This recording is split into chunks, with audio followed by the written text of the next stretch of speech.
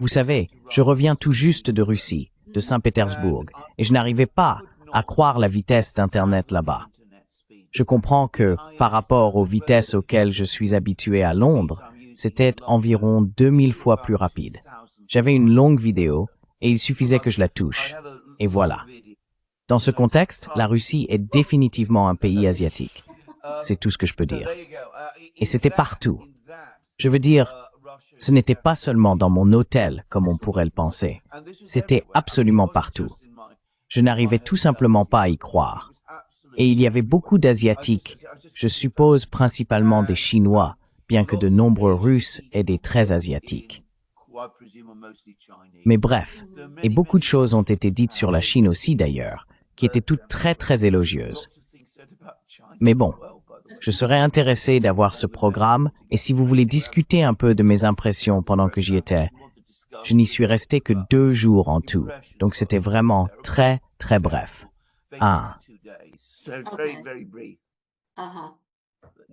Eh bien, cela semble intéressant. D'accord, mais la Russie n'a pas de pare-feu comme la Chine, je suppose.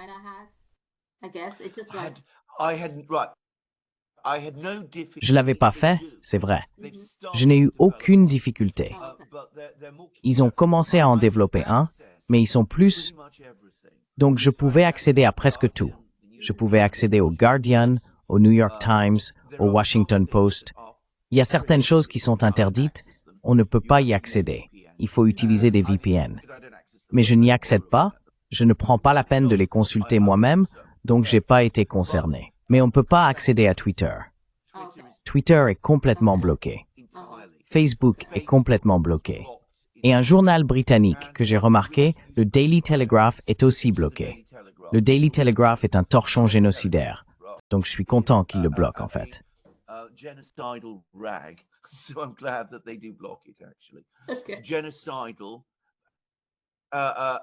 Génocidaire, hystériquement pro-israélien, hystériquement pro-ukrainien et hystériquement anti-chinois, juste pour dire. Mais à tous les autres égards, il n'était pas nécessaire de passer par des VPN. On pouvait accéder au Financial Times, regarder YouTube, on pouvait faire à peu près tout ce qu'on voulait, en gros. Donc il y a une sorte de filtre, et il semble fonctionner assez efficacement, mais je ne pense pas qu'il soit aussi développé que celui de la Chine.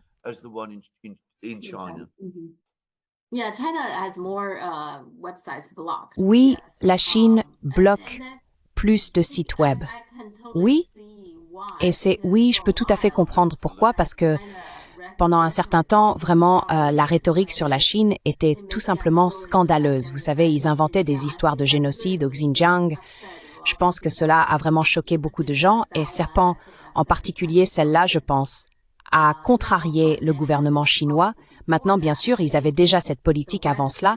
Je pense que l'Occident, depuis que la Chine a mis en place ce pare-feu, a prouvé encore et encore que, vous savez, le gouvernement chinois avait raison d'en bloquer certains parce qu'ils étaient tellement anti-Chine et inventaient des histoires tellement faux, vous voyez. Donc, oui.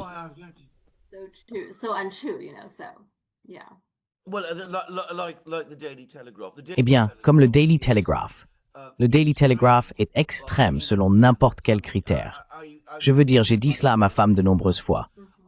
Je pense que certaines des personnes qui écrivent pour le Daily Telegraph, si jamais nous avions un gouvernement fasciste ici en Grande-Bretagne, ils rejoindraient la police secrète. Franchement, ils me font peur. Leur comportement, leur langage est parfois ouvertement génocidaire. Et ils détestent absolument la Chine. Et je veux dire, dans leur cas, on pourrait se demander si certaines personnes sont racistes ou non. Dans leur cas, il n'y a aucun doute. They le sont. Ce sont des personnes profondément dérangées. Et je suis sûr qu'en Amérique, il y a encore plus de gens comme ça qui écrivent sur la Chine. Oui, la BBC a été assez mauvaise pendant un certain temps aussi. Pas aussi mauvaise que le Daily Telegraph, mais c'était quand même assez mauvais. Je pense qu'il s'améliore un peu, mais c'est encore très... Eh bien, il s'améliore un peu parce qu'il se concentre maintenant davantage sur la critique de la Russie. Quand ce sera terminé, ils reviendront à leur discours habituel. tu verras. Je veux dire, souviens-toi toujours de ce que je dis. La Chine est derrière tout. On l'a présentée comme le grand ennemi et adversaire, ce qui est complètement fou. Je veux dire, c'est ridicule. Quoi qu'il en soit, j'espère que tu passes un bon moment à Pékin et en Chine. Oui.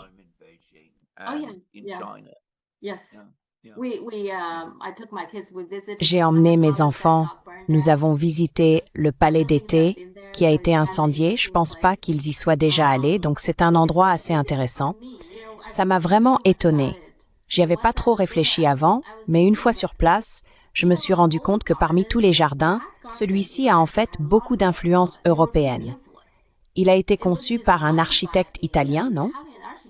Donc beaucoup de ses caractéristiques. Et puis, ils l'ont incendié. Je veux dire, c'est vraiment malheureux. Il a été brûlé par les Européens, n'est-ce pas?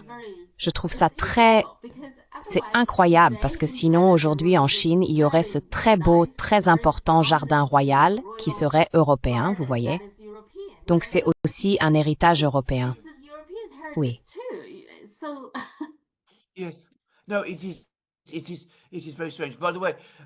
Non, c'est très étrange. D'ailleurs, mon hôtel en Russie n'était pas à Saint-Pétersbourg même, mais dans un endroit appelé Pouchkine, où le tsar avait l'un de ses palais, construit au XVIIIe siècle. À la même époque, je crois, que le palais dont tu as parlé a été construit. Eh bien, les Allemands, lorsqu'ils sont arrivés là-bas, ont complètement détruit ce palais. Maintenant, les Russes, étant ce qu'ils sont, l'ont reconstruit pierre par pierre. Donc il paraît parfait. Mais ce que l'on voit en réalité, ce n'est pas le palais d'origine. C'est une reconstitution complète, minutieuse, parfaite. Il a aussi été construit et conçu par un architecte italien. Je dis ça comme ça. Les Européens ont en eux je suis moi-même européen, rappelle-toi, mais je viens d'Europe du Sud. Les Européens du Nord ont une capacité de violence et de destruction qui dépasse les normes de toute autre partie de l'humanité. C'est très profondément ancré dans leur culture.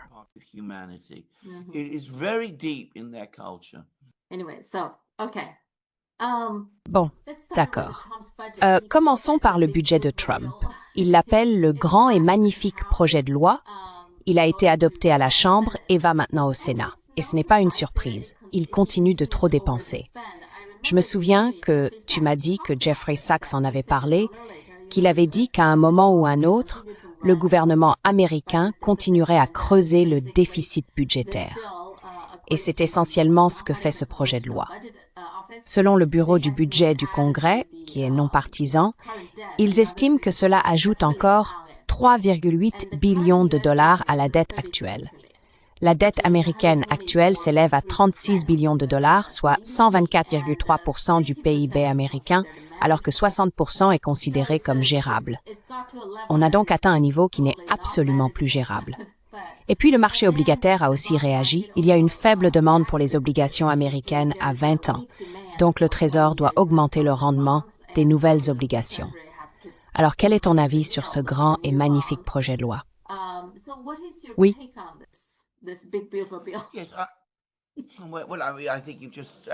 Eh bien, je veux dire, je pense que vous venez en fait d'en faire le résumé. Nous avons eu l'administration Trump qui est arrivée. Ils allaient remettre de l'ordre dans les finances des États-Unis. Nous avons eu Doge, nous avons eu Elon Musk. Nous avons connu des journées très intéressantes où toutes sortes de choses fascinantes faisaient surface. Tout cela, l'élan de tout cela, s'est estompé. On n'a fait qu'effleurer la surface. Ce que nous avons appris, et ce que j'ai appris en faisant des émissions avec vous, parce que vous aviez fait des recherches sur tout cela, mais j'ai approfondi ensuite, c'est à quel point la structure budgétaire américaine est devenue profondément chaotique, à quel point personne ne sait vraiment sur quoi les États-Unis dépensent leur argent à un moment donné.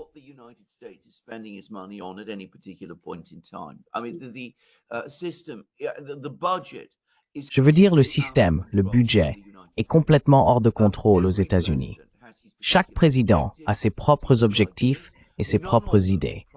Aucun d'eux ne donne la priorité à la maîtrise du budget. Ce n'est pas un sujet auquel pense le gouvernement américain, quel qu'il soit. Et le résultat, c'est que chaque président, et sur ce point, Trump n'est absolument pas différent, arrive avec ses propres idées. Il veut soit dépenser, soit baisser les impôts, soit faire ce qu'il veut, et il arrive. Et donc le budget continue. Le déficit budgétaire ne fait que s'agrandir encore et encore. Il me semble que tout le discours sur la monnaie saine, la stabilisation du système financier, l'orientation des États-Unis vers une trajectoire plus durable, tout cela a été jeté par la fenêtre.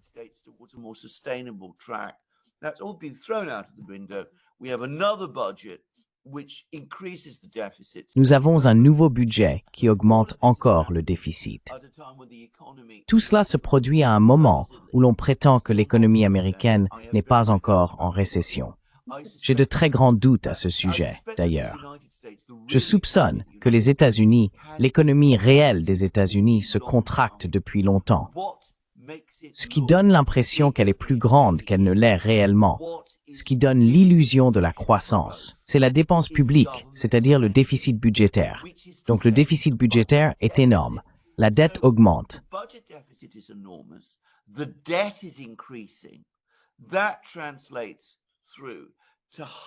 Cela se traduit par des chiffres de croissance du PIB plus élevés. Mais ce que vous voyez réellement augmenter, c'est la dette publique. Et c'est une trajectoire totalement insoutenable. Et nous finirons par assister à un crash. Je ne sais pas quand cela va arriver. Je ne vais pas faire de prédiction. Scott Bessent a dit que les États-Unis sont sur une trajectoire de dette insoutenable. C'est évidemment le cas. Cela va complètement à l'encontre de l'idée de Trump, d'ailleurs, de réindustrialiser l'Amérique. Comme Jeffrey Sachs le dit tout à fait justement, si vous dépensez de manière excessive comme vous le faites, vous n'allez qu'attirer et faire entrer davantage d'importations dans le pays.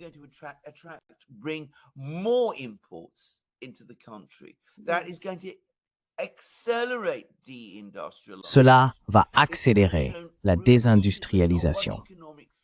Il a été démontré à plusieurs reprises, non pas par des théoriciens économiques, mais par de véritables historiens qui étudient ces questions, que si l'on réduit les impôts de la manière dont Trump dit vouloir le faire, ce qui se passe, c'est que l'on libère des fonds qui sont simplement investis dans des activités spéculatives. Ils vont dans les obligations, dans l'immobilier, dans des vacances coûteuses, dans des produits de luxe comme de bons cigares ou du brandy onéreux. Ce n'est pas ainsi que l'on encourage le développement industriel ou technologique d'un pays.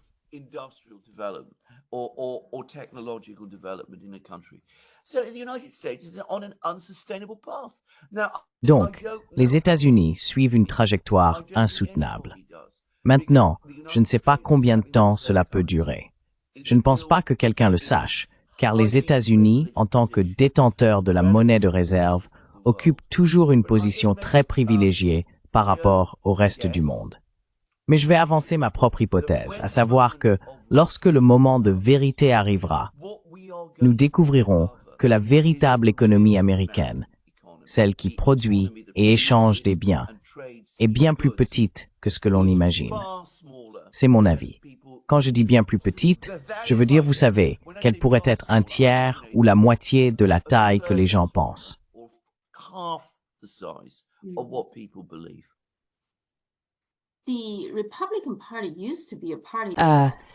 Le Parti républicain était autrefois un parti qui se souciait de ces choses-là, non?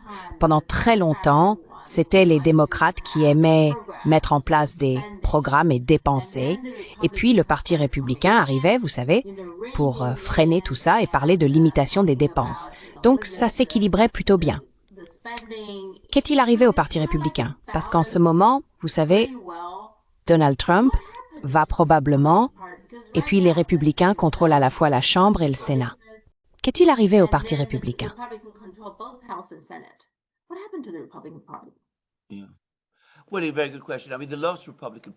Oui, eh bien c'est une très bonne question. Je veux dire, le dernier président républicain qui s'est réellement soucié du budget et de la stabilité financière, c'était Eisenhower.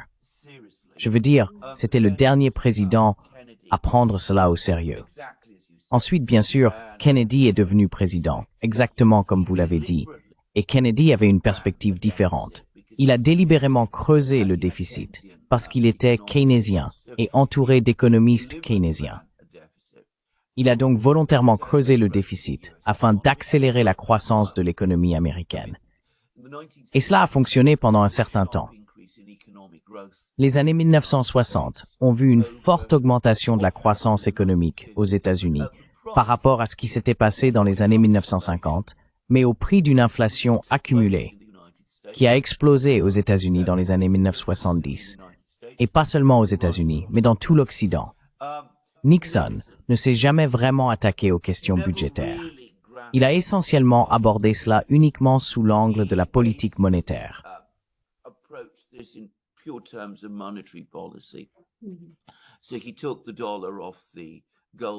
Il a donc détaché le dollar de l'or. Il a rompu le lien avec l'or. Il a mis fin au système de Bretton Woods.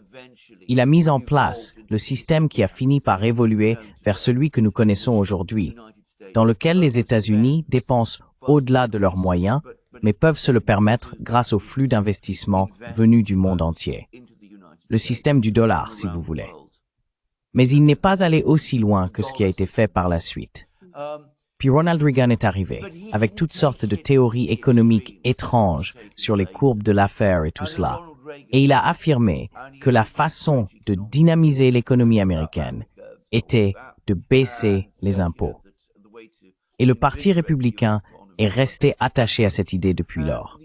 Je veux dire, il répète ce mantra selon lequel il faut absolument baisser les impôts, que cela libérera les forces vives du peuple et conduira à une croissance économique plus forte. Il y a d'ailleurs une part de vérité là-dedans.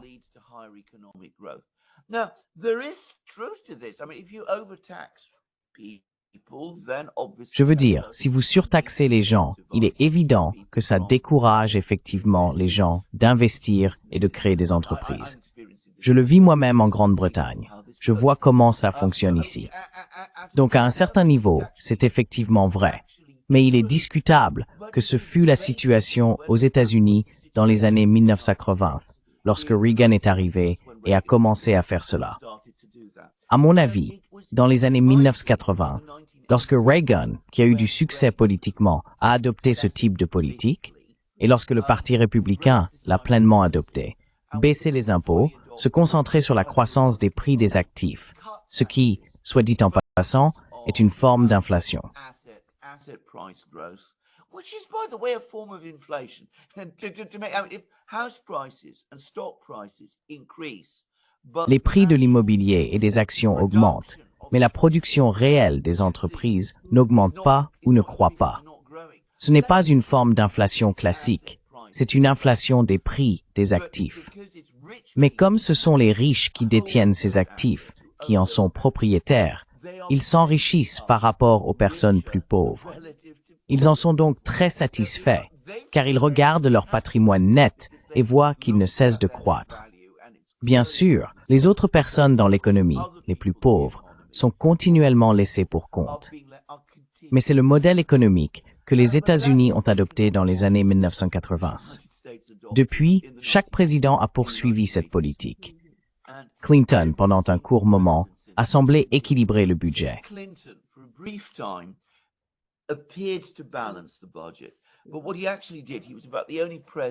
Mais ce qu'il a réellement fait, il a été à peu près le seul président qui, grâce à la fin de la guerre froide, a réduit les dépenses de défense. Et les républicains ne réduisent jamais les dépenses de défense. Sous les républicains, les dépenses de défense augmentent toujours. Et Clinton n'a fait cela que pendant une période très très brève. Clinton affirmait avoir présenté un budget équilibré. En réalité, ce n'était jamais vraiment vrai, car le niveau de la dette a continué d'augmenter tout au long de sa présidence. Mais je veux dire, cela a été ramené à des niveaux plus ou moins gérables. Mais par la suite, comme je l'ai dit, nous sommes partis dans des sommets inédits. Quand Bush est arrivé, toutes les restrictions ont été abandonnées, et cela a continué dans cette direction depuis.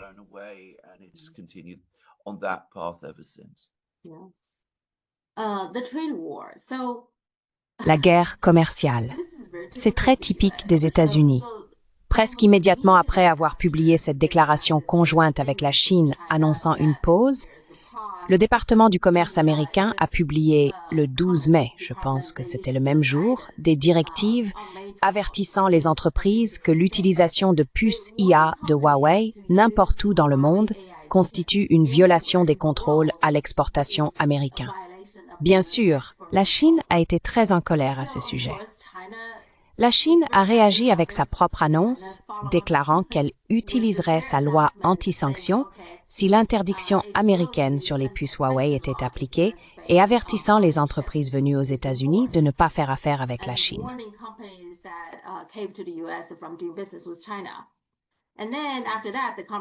Et ensuite, le département du commerce a modifié quelque peu sa formulation et adouci son ton, sans dire partout dans le monde ou quelque chose de ce genre.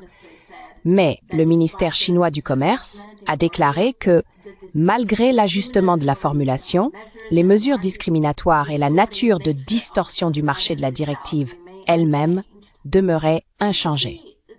Vous voyez donc, c'est très typique, n'est-ce pas? Il y a donc déjà un désaccord à ce sujet. De toute évidence, cette négociation s'annonce difficile. Et comment cela peut-il avancer du point de vue de la Chine? C'est ainsi que les États-Unis font des affaires, n'est-ce pas?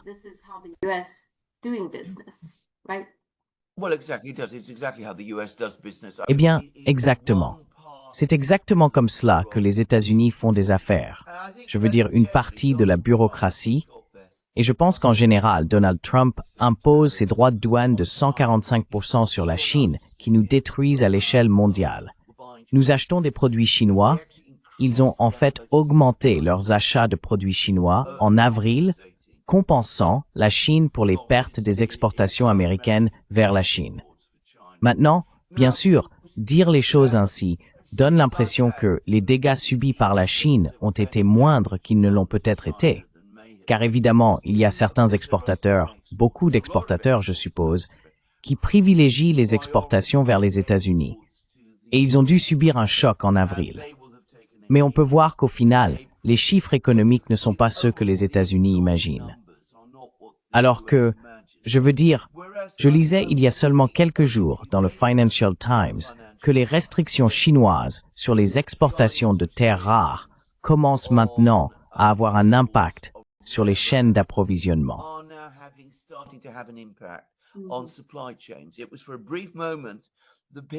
C'était, pendant un bref instant, le grand titre. Maintenant, rationnellement, les États-Unis devraient voir tout cela. Ils devraient se dire, c'est quelque chose dont nous devons nous éloigner. Scott Bessent a déclaré que la trajectoire de la dette aux États-Unis est insoutenable. On ne peut pas équilibrer la dette américaine sans une crise économique majeure, à moins d'obtenir une forme d'aide de la plus grande économie industrielle, manufacturière et commerciale du monde, à savoir la Chine. Donc certaines personnes aux États-Unis comprennent cela. Ils se rendent donc à cette réunion avec la Chine en Suisse, ils réduisent les droits de douane sur les produits chinois, mais ceux-ci restent à un niveau encore très très élevé.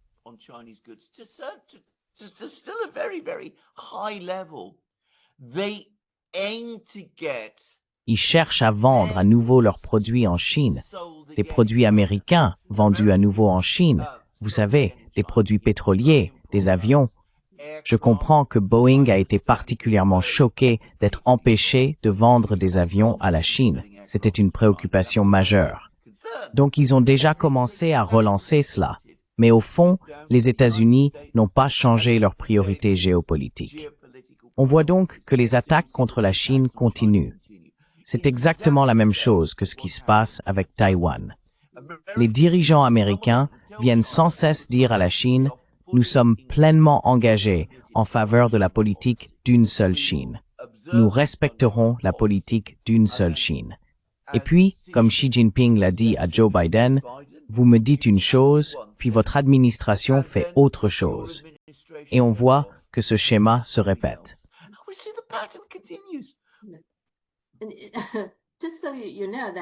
Juste pour que vous le sachiez, en ce moment en Chine, si quelque chose est interdit par le gouvernement américain, c'est considéré comme un signe que le produit doit être de bonne qualité.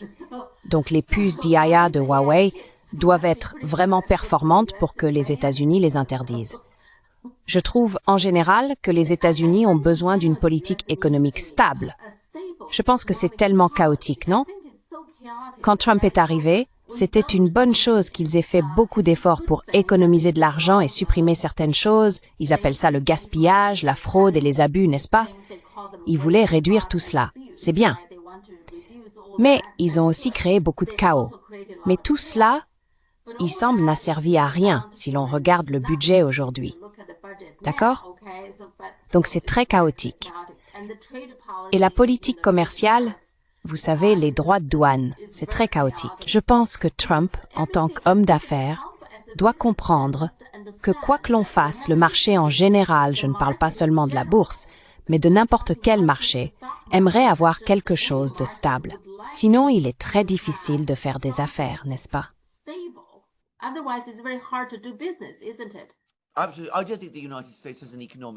Absolument.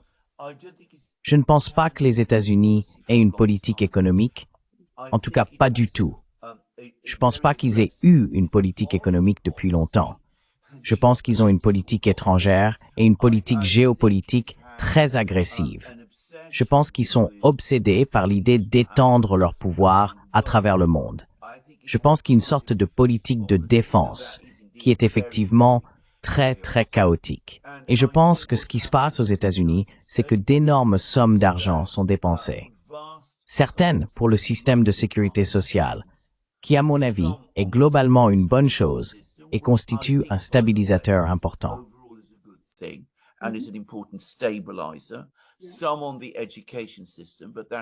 En partie sur le système éducatif.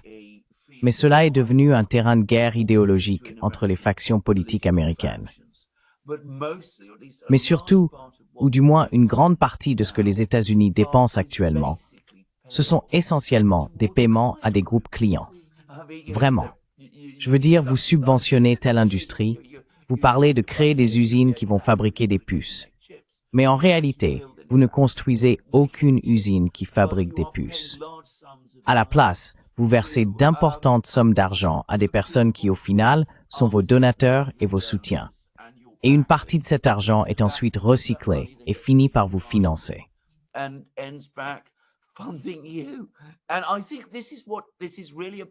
Et je pense que c'est vraiment de cela qu'il s'agit.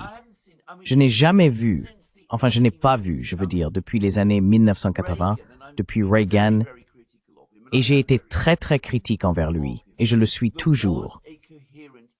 Il y avait une philosophie économique cohérente derrière ce qu'il faisait. Je pense qu'elle était complètement erronée, mais c'était une philosophie économique cohérente. Je ne pense pas que nous ayons quelque chose de semblable aujourd'hui aux États-Unis. Il s'agit essentiellement de satisfaire certains groupes d'intérêts et en même temps certains types de dépenses. Les dépenses de sécurité sociale, les dépenses de défense, se poursuivent en quelque sorte en pilote automatique, sans que personne ne s'y intéresse vraiment.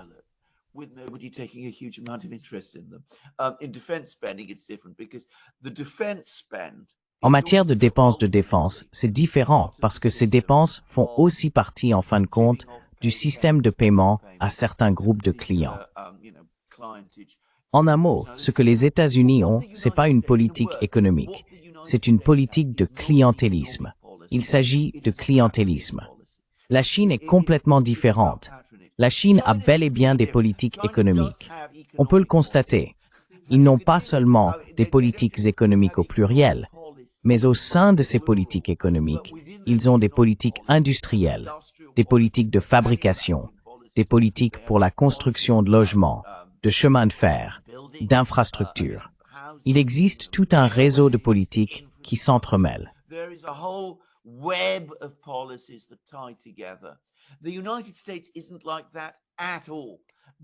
Les États-Unis ne sont pas du tout comme ça. D'ailleurs, pour être franc, l'Europe est à peu près pareille aujourd'hui. Donc, quand tu dis que c'est chaotique, je pense qu'en réalité, c'est un euphémisme. Parce que, comme je l'ai dit, je ne crois pas qu'il y ait un thème unificateur qui rassemble tout cela. Trump avait ses idées sur les tarifs douaniers, mais elles n'étaient pas vraiment réfléchies, comme on l'a vu. C'était juste un fantasme griffonné à la va-vite par un vieil homme qui a lu quelques livres sur William McKinley dans les années 90 et qui se dit « Oh, c'est une bonne idée ». Peut-être qu'on devrait essayer ça. Voilà à quoi ressemble la politique américaine en ce moment. I mean, that's what US policy is like at the present time. Poutine et Trump ont eu un appel de 2 heures, puis ensuite, Trump a déclaré qu'il appelait à des pourparlers directs sur un cessez-le-feu. C'est très confus. Je pensais que la Russie n'était pas intéressée par un cessez-le-feu et ils se sont rencontrés en Turquie.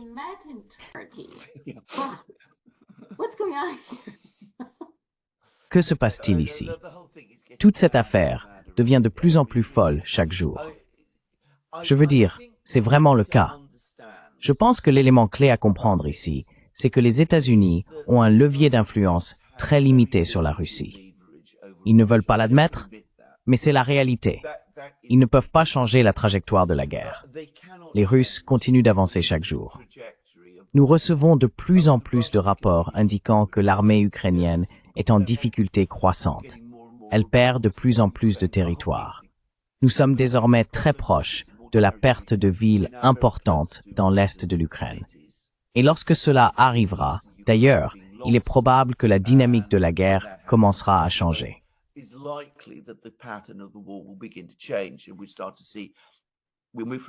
Et nous commençons à voir une transition d'une guerre traditionnelle vers un type de guerre plus dynamique. Les États-Unis ne peuvent pas changer cela militairement. Ils parlent de nouvelles sanctions contre la Russie. Mais quand on regarde de près les sanctions évoquées, il ne s'agit en réalité pas de sanctions contre la Russie, car ils ont déjà sanctionné la Russie au niveau le plus élevé possible. Ce dont ils parlent maintenant, ce sont de sanctions contre d'autres pays. Je veux dire, ils veulent sanctionner des pays comme la Chine, par exemple, des pays qui achètent du pétrole et du gaz russe.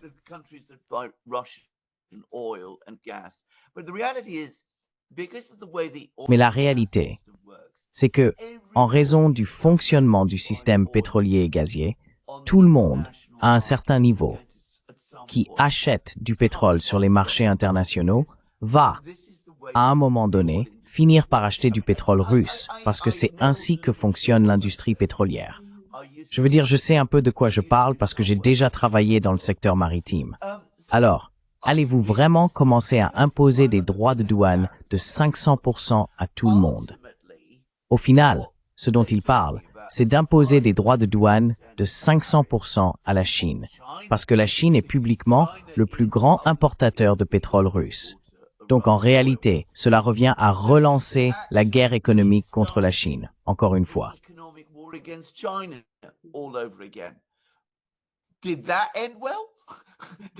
Est-ce que cela s'est bien terminé? Est-ce que cela s'est bien passé? N'est-ce pas les États-Unis qui ont appelé la Chine en disant « Pour l'amour de Dieu, rencontrons-nous et essayons de réduire les droits de douane ». Donc vous allez passer de 145% de droits de douane sur la Chine à 500% de droits de douane sur la Chine. C'est insensé et illogique. Donc Trump, qui, comme vous le dites à juste titre, est un homme d'affaires, comprend cela, au moins à un certain niveau. Il doit donc donner l'impression que les États-Unis sont toujours actifs, toujours impliqués, et jouent un jeu compliqué avec la Russie. Il téléphone donc à Poutine. Ils ont une conversation de 2 heures. Ils parlent de beaucoup de choses différentes.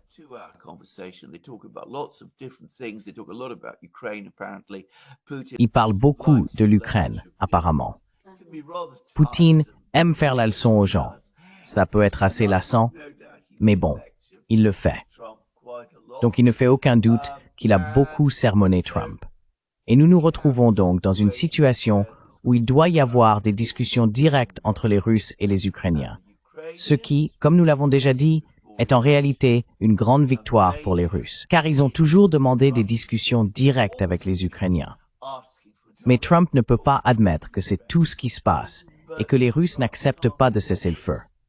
Il dit donc qu'il va y avoir des discussions directes, mais que ce sera dans le but d'obtenir un cessez-le-feu.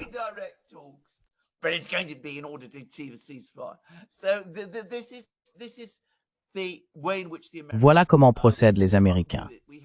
En anglais britannique, surtout chez les jeunes, nous avons le mot « blague ». Je ne sais pas si ce terme existe en anglais américain, Mais blaguer, c'est parler fort pour cacher qu'on n'a absolument rien derrière soi. Et c'est exactement ce que fait l'Amérique. C'est ce que fait Trump.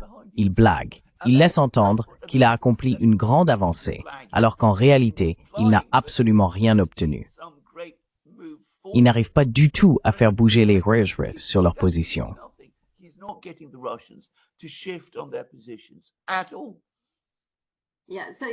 Oui, donc on dirait qu'il semble être en bon terme quand il parle, mais Poutine reste ferme. Il n'a rien cédé.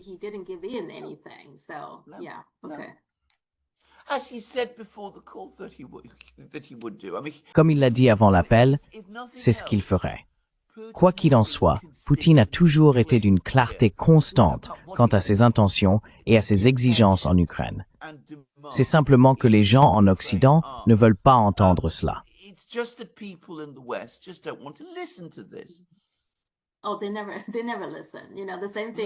Oh, ils n'écoutent jamais. C'est la même chose quand la Chine dit quelque chose. Ils ne prennent pas ça au sérieux. Donc oui, c'est le problème qu'ils ont. Le conflit entre l'Inde et le Pakistan ne semble pas complètement terminé, même s'il y a un cessez-le-feu. Mais Modi a été très clair. Il a dit que cette offensive militaire contre le groupe terroriste pakistanais continuerait et que le cessez-le-feu n'était qu'une simple pause. Pendant ce temps, le Pakistan continue d'acheter des armes avancées à la Chine. Il y a donc toujours le risque que le cessez-le-feu prenne fin à tout moment. Qu'en penses-tu?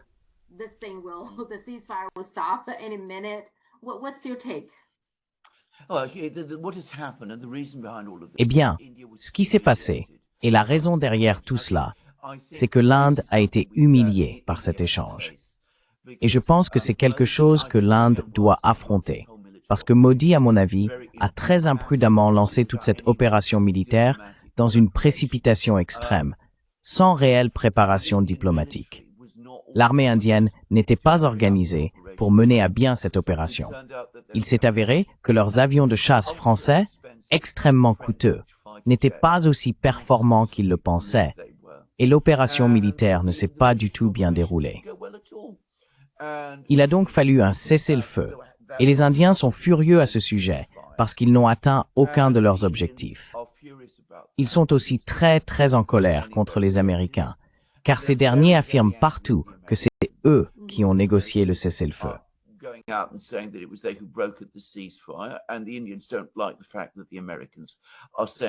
Et les Indiens n'aiment pas du tout que les Américains tiennent de tels propos. Les Indiens sont également très en colère contre eux-mêmes, parce que l'opération ne s'est pas déroulée comme ils l'avaient prévu. Ils sont très en colère contre les Pakistanais, parce que ces derniers ont résisté avec succès. L'Inde est donc profondément humiliée. Modi lui-même est très embarrassé par cette situation. Il fait l'objet de nombreuses critiques, tout comme sa gestion de cette affaire au sein même de l'Inde. Si l'on regarde les médias indiens, ils sont absolument furieux. Ils sont extrêmement en colère contre la manière dont l'affaire a été gérée et contre l'échec des anciens alliés occidentaux de l'Inde à la soutenir finalement.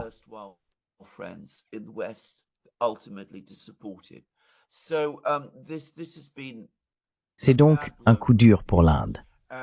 C'est pourquoi ils évoquent la possibilité de reprendre cela, qu'il n'est pas vraiment terminé, et tout ce qui s'ensuit. Je pense que ce serait très imprudent d'ailleurs. Je crois que l'Inde doit vraiment repenser ses stratégies. Et d'ailleurs, je n'ai aucune sympathie pour le terrorisme ou quoi que ce soit de ce genre. Et je veux que ce soit parfaitement clair.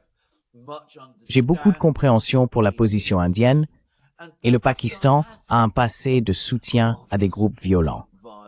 Mais peut-être qu'une approche différente de la part de l'Inde, une approche plus diplomatique, aurait pu être plus efficace. C'est la première chose à dire.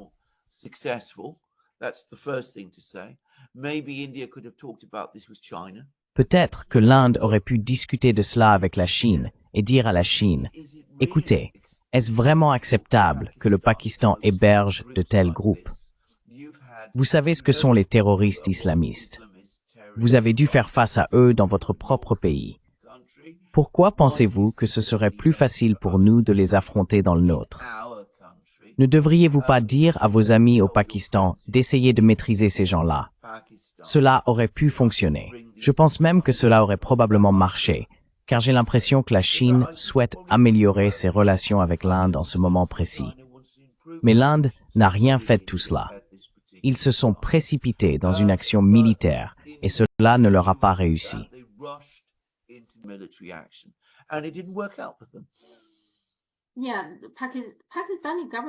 Oui, en fait, le gouvernement pakistanais a proposé que les Nations Unies enquêtent sur ce qui s'est passé lors de cet incident. Et puis, il y a aussi une rumeur selon laquelle toute l'affaire aurait été mise en scène par le gouvernement indien afin que Modi puisse détourner l'attention des problèmes intérieurs puisque ses sondages et ceux de son parti ont baissé. Donc, toute l'histoire aurait été inventée pour détourner l'attention. Quoi qu'il en soit, ça ne sait rien, mais je pense que de toute façon, tout on ne sait pas.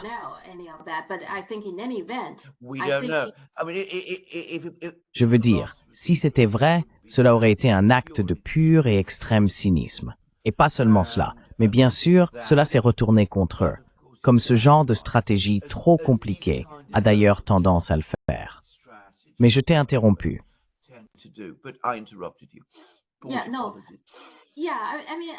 Oui, je veux dire, j'ai juste l'impression que, quoi qu'il en soit, je pense, comme tu l'as dit, que Modi s'est précipité dans cette affaire, non? Pourquoi ne va-t-il pas, tu sais, s'il ne veut pas parler à la Chine, devant les Nations Unies pour demander une enquête complète? Je pense que cela devrait être la première étape. Ce serait déjà quelque chose. Et le gouvernement pakistanais n'a pas dit qu'il était contre. En fait, il a accueilli favorablement cette idée. Donc, je pense vraiment qu'il a précipité toute l'affaire. Et le résultat, c'est que quand on se précipite, bien souvent, ça se retourne contre soi, non? Des choses inattendues peuvent arriver.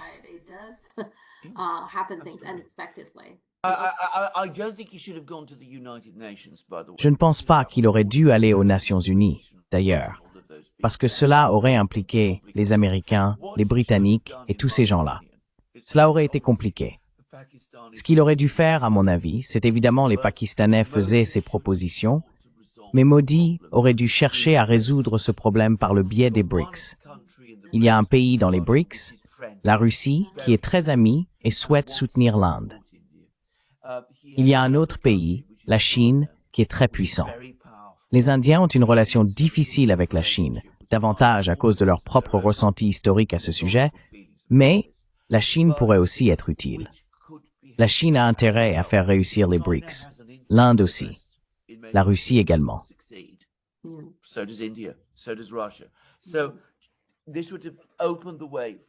Cela ouvrirait donc la voie à l'Inde pour approcher la Chine, pour dire à la Chine, écoutez, comme je l'ai dit, nous avons ce problème. Pouvons-nous trouver une solution ensemble? Vous êtes un ami du Pakistan, vous y avez une influence réelle. Peut-être devrions-nous mener une enquête des BRICS ou quelque chose de ce genre, quelque chose dans cet esprit. Le Pakistan, qui, soit dit en passant, souhaite rejoindre les BRICS, aurait peut-être accepté cela. Je dis que le Pakistan est un pays très complexe. Certains affirment que le chef de l'armée pakistanaise est une personne ayant des positions extrêmement hostiles envers l'Inde. J'ignore si c'est vrai ou non. Mais en tout cas, cela aurait au moins dû être tenté, avant de se précipiter dans un conflit de manière manifestement irréfléchie, alors que l'armée indienne n'y était visiblement pas préparée.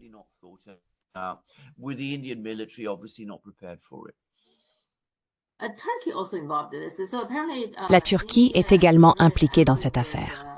Apparemment, l'Inde est très en colère contre la Turquie et elle a même pris certaines mesures de rétorsion, comme expulser des universitaires et mettre fin à certaines collaborations entre les universités des deux pays. Ce genre de choses. Maintenant, que cherche Erdogan à obtenir ici? N'a-t-il pas déjà assez à faire?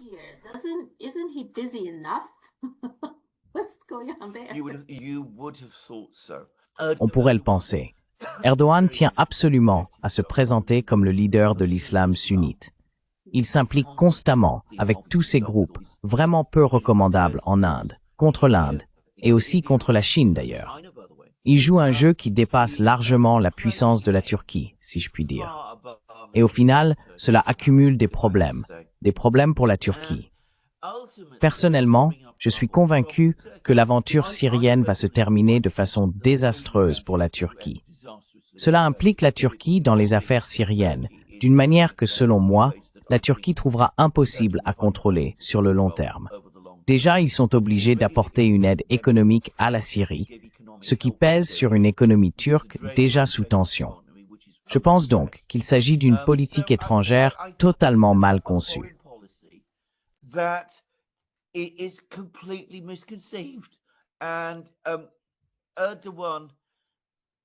Et Erdogan a réussi jusqu'à un certain point parce qu'il s'est rendu utile à certains pays, aux Russes, parce que la Turquie est une porte d'entrée pour contourner les sanctions, pour le dire franchement, et évidemment aux Américains. Mais à terme, surtout une fois que le conflit en Ukraine sera terminé, je pense qu'il va découvrir que son pouvoir de négociation va diminuer, et alors il pourrait se retrouver, lui et la Turquie, dans une situation vraiment très grave. Mais vous savez, c'est Erdogan. Je veux dire en Grèce, et rappelez-vous, je viens de Grèce, les Grecs nous devons vivre très près de lui. Et il est très difficile de suivre les changements constants et l'agressivité de la politique étrangère turque, pour être honnête.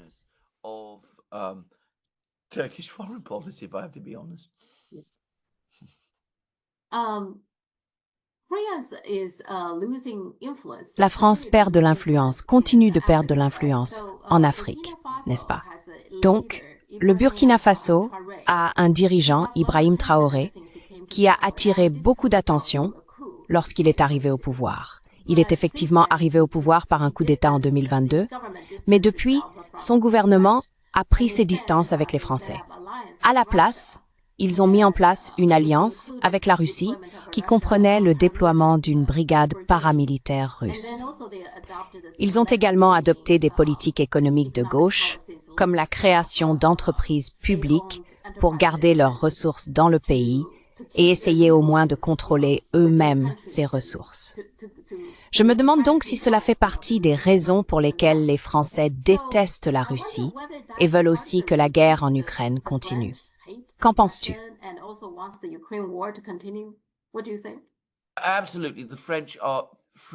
Absolument. Les Français sont furieux de ce qui s'est passé et ils sont enragés contre la Russie à ce sujet. Maintenant, il faut comprendre que l'Afrique de l'Ouest n'a jamais vraiment obtenu son indépendance de la France. L'indépendance qui leur a été donnée dans les années 60, et je pense que donner est le mot juste, a toujours été une imposture. Tous ces pays étaient essentiellement gérés dans l'intérêt de la France par des administrateurs français nommés depuis Paris. Et je sais comment ça fonctionnait. Je veux dire, il y avait des personnes qui étaient admises dans la fonction publique française via l'École nationale d'administration. Les meilleurs, ceux qui réussissaient le mieux au concours, étaient envoyés à Paris et travaillaient, vous savez, au ministère des Finances ou au ministère des Affaires étrangères, ou dans ce genre de service.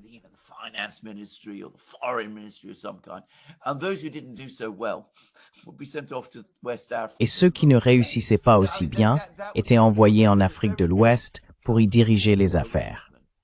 Donc c'était comme ça. Et c'était un arrangement très confortable.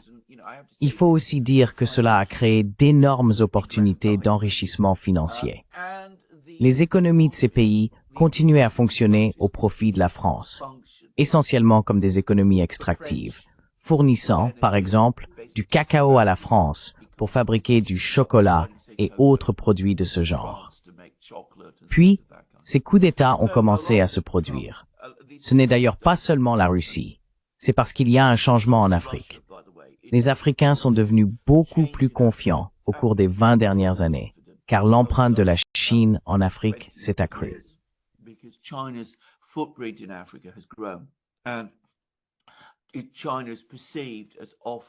La Chine est perçue comme offrant bien plus à l'Afrique que ce que proposaient auparavant les politiques occidentales.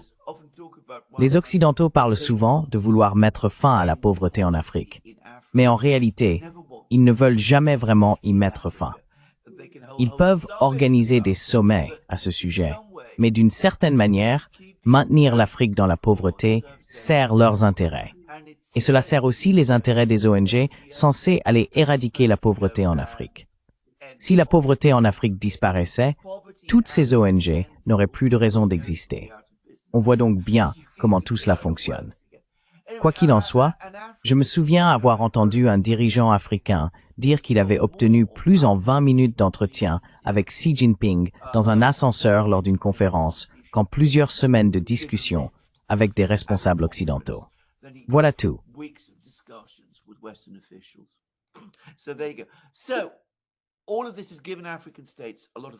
Tout cela a donc donné beaucoup de confiance aux États africains. Il y a eu ces soi-disant coups d'État, mais il faut comprendre que ces coups bénéficient d'un soutien populaire dans ces pays parce que, encore une fois, le système électoral y est ou y était étroitement contrôlé. Et enfin, on a le sentiment que ces pays commencent à acquérir une véritable indépendance vis-à-vis de l'ancienne puissance coloniale, qui est la France. Les Français sont furieux à ce sujet, car cela représente une perte d'influence pour la France. Mais l'élite française est particulièrement furieuse, parce que cela signifie une perte d'opportunité pour elle. Elle ne peut plus continuer à envoyer ses gens diriger les affaires en Afrique. Cela explique donc en grande partie l'animosité actuelle envers la Russie.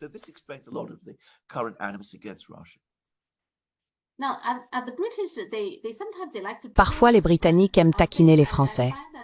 Je remarque que leurs reportages sur la France, par exemple lorsqu'ils parlent des avions de chasse français, comme lorsque le Rafale a été abattu par le Pakistan, il y a presque un ton un peu jubilatoire.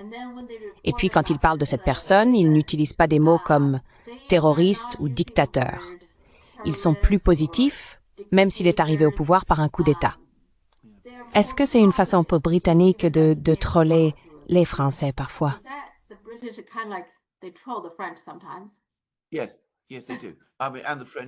Oui, c'est le cas. Je veux dire, et les Français taquinent les Britanniques. Cela dure depuis des siècles. Les deux pays sont d'un côté alliés et même amis. Il y a énormément d'échanges entre la France et la Grande-Bretagne. Il y a beaucoup de Français ici en Grande-Bretagne et beaucoup de Britanniques possèdent des maisons, des villas et ce genre de choses en France. Les Britanniques adorent les choses françaises, le vin français et tout cela. Les Français ont des attitudes complexes envers les Britanniques.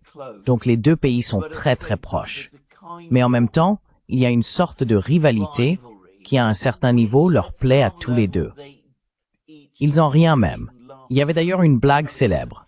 Nous avions une émission dans les années 80 qui s'appelait Yes Minister, une série comique sur le gouvernement et sur le fonctionnement du gouvernement britannique.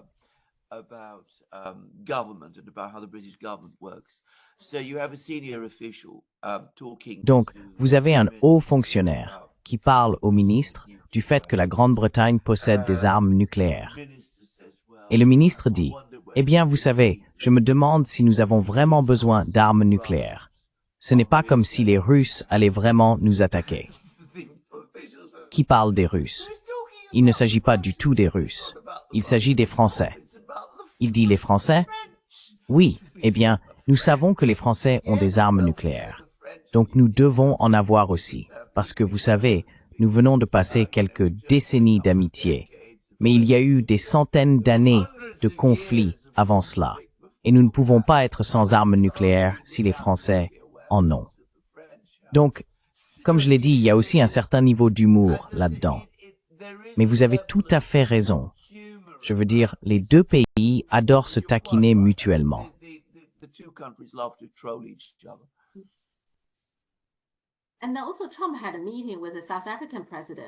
Et aussi, Trump a eu une rencontre avec le président sud-africain Cyril Ramaphosa. C'était plutôt tendu, non? Trump a accusé les Sud-Africains de génocide contre les Sud-Africains blancs, et bien sûr, le président a nié cela. Mais dans l'ensemble, je pense qu'il est resté assez calme, donc on n'a pas eu un autre moment à la Trump-Zelensky. Mais malgré tout, j'ai trouvé la rencontre assez tendue. Qu'en penses-tu?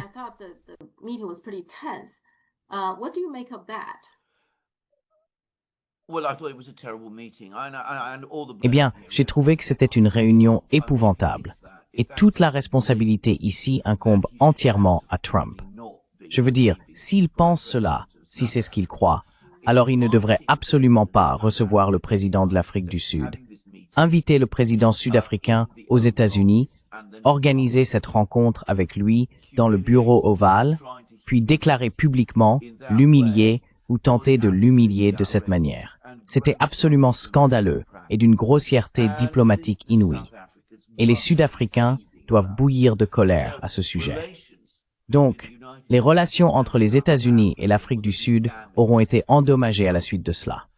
Et que Trump vienne ensuite parler, vous savez, du génocide des Afrikaners blancs en Afrique du Sud, alors même qu'il détourne le regard et ignore le véritable génocide qui est commis à Gaza.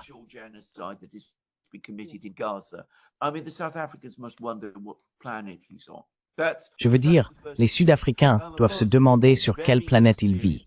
C'est la première chose à dire. Ramaphosa est un leader politique très expérimenté. Il a été à l'avant-garde de la lutte contre l'apartheid. Il était un ami proche et un allié politique de Nelson Mandela. Il a donc l'expérience et le sang-froid nécessaires pour ne pas se laisser entraîner dans une dispute vocale avec Trump. Et, franchement, tant mieux pour lui. Ce n'est pas Vladimir Zelensky, en d'autres termes. Mais dans ce cas précis, comme je l'ai dit, c'est Trump qui, à mon avis, était totalement dans l'erreur. Si vous pensez vraiment autant de mal de l'Afrique du Sud, vous ne devriez pas inviter leur président à la Maison-Blanche.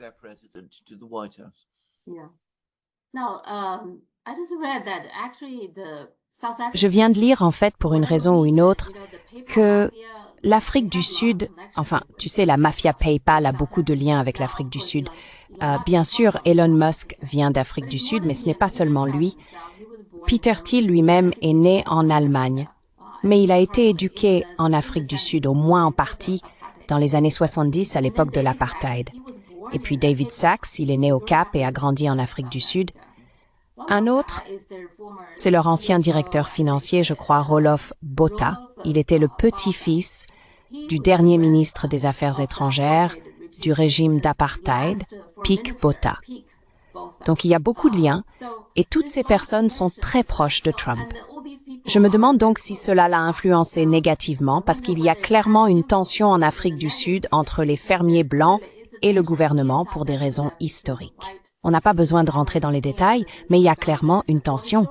Mais bien sûr, ces blancs-là, ils influencent Trump, non? Tu ne trouves pas?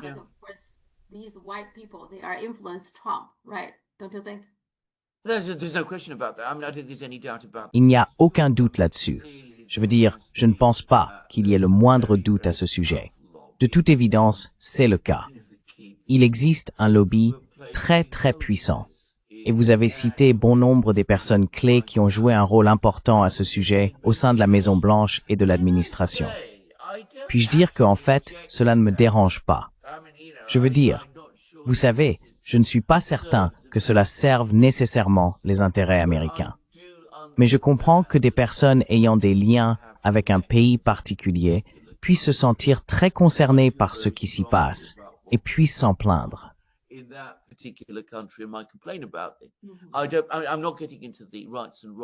Je ne vais pas entrer dans le débat sur le bien fondé ou non de la question de fond.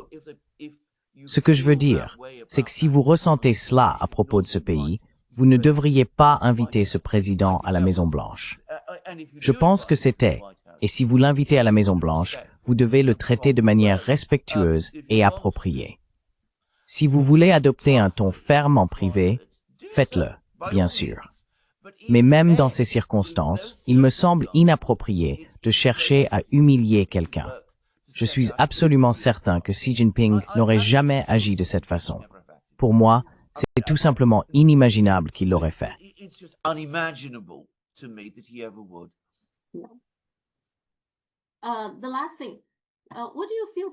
Dernière chose, que pensez-vous de James Comey? Vous savez, il a publié cette photo avec 86 à 47, qui est le code pour assassiner le président. 47, c'est le président. Et bien sûr, il l'a ensuite supprimé, disant qu'il ne savait pas ce que cela signifiait. Comment pourrait-il ne pas savoir, étant un ancien directeur du FBI? Non. Qu'en pensez-vous? Pourquoi ferait-il quelque chose comme ça?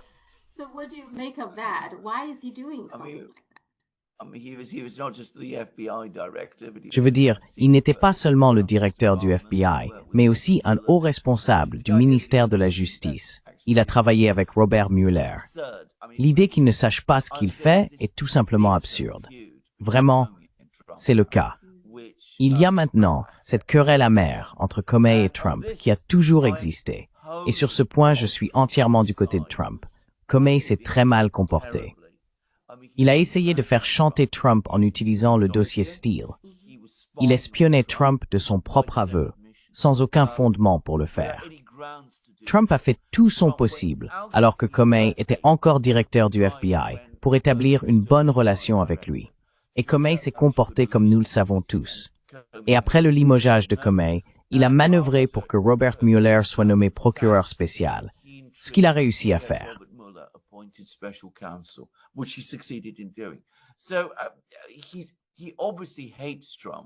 Il déteste évidemment Trump.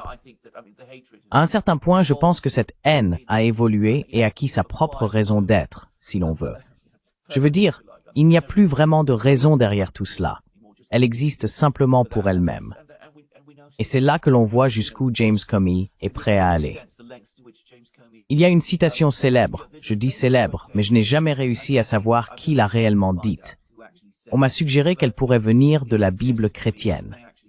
D'autres disent qu'elle vient d'un auteur russe, qui dit que nous haïssons le plus ceux à qui nous avons fait du tort.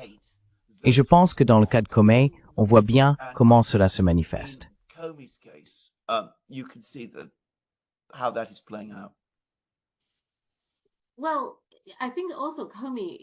Eh bien, je pense aussi que Comey est très représentatif de l'État profond. Il en est la définition même. Vous voyez toute cette histoire? Je ne pense pas qu'il en sortira quoi que ce soit. Il s'en sortira sans problème. Et puis, le ministère de la Justice a récemment découvert qu'il s'était attribué 6 millions de dollars sans aucune explication ni justification. Ils attendent toujours qu'il réponde et il ne l'a pas fait.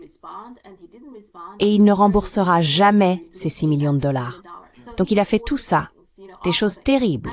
Je pense pas qu'il lui arrivera quoi que ce soit. Voilà ce qui se passe. Et puis on se souvient, n'est-ce pas, qu'à un moment donné, il enquêtait sur ce email gate. Vous savez ce que faisait Hillary Clinton. Mais il a ensuite déclaré qu'il n'y avait rien d'illégal, qu'elle avait juste été très très négligente. Et plus tard, il a dit « Oh, il faut rouvrir ce dossier ». Donc, ils décident quel dossier ils enquêtent et lequel ils n'enquêtent pas, et à quel moment. Ils ont tout ce pouvoir et aucun contrôle, n'est-ce pas?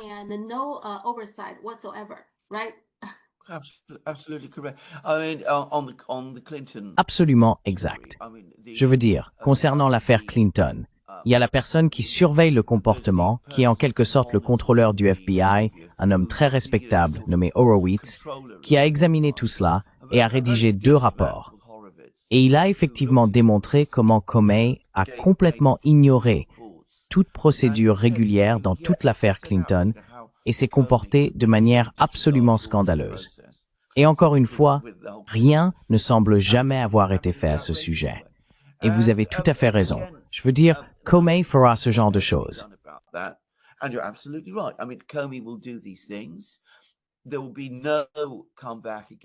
Il n'y aura aucun retour de bâton contre lui. Il n'y aura aucune poursuite judiciaire.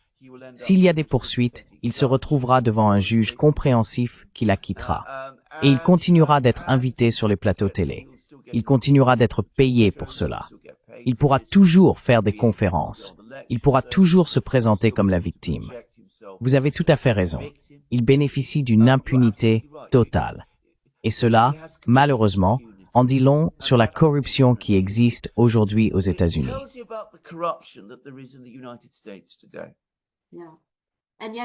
Et pourtant, c'est lui qui a écrit le livre intitulé « Une loyauté supérieure », ce qui signifie qu'il n'est pas loyal envers une personne en particulier, mais envers le pays.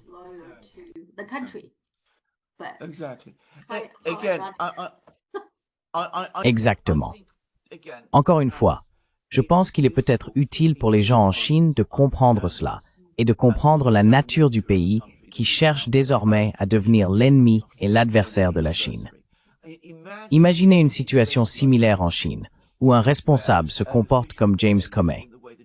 Il s'approprie 6 millions de dollars, espionne son propre président, répand des rumeurs pour discréditer des personnes, agit essentiellement sans aucun contrôle et bénéficie d'une immunité totale. Ainsi, aucune partie du système politique ou judiciaire n'est en mesure de l'atteindre. Cela vous montre où réside réellement le pouvoir aux États-Unis. Pas chez les dirigeants politiques, pas chez les politiciens, qui sont tous achetés, mais ailleurs. But in other places. D'accord, faites une prochaine. Je t'enverrai des mails. Bonne journée. Toi aussi. Au revoir. Merci beaucoup. J'ai passé un très bon moment. Merci. Au revoir. Bye. Au revoir.